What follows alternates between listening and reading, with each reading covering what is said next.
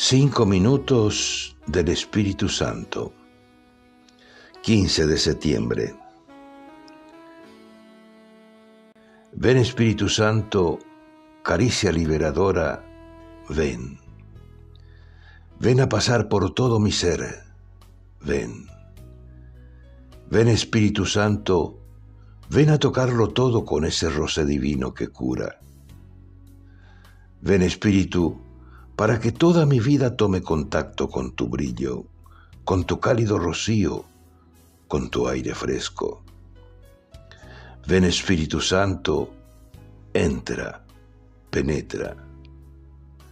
Te doy permiso para invadirlo todo, para escurrirte como agua feliz por todos los resquicios de mi interior. Ven, para que este día sea un pedazo de cielo en la aridez de mi desierto. Ven, no me abandones, ven. Amén. Cardenal Víctor Manuel Fernández.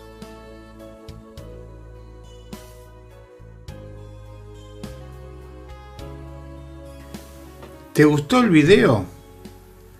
Danos un like, un dedito hacia arriba porque te gustó. Suscríbete al canal y no dejes de tocar la campanilla, así te avisaremos cada vez que subimos un video.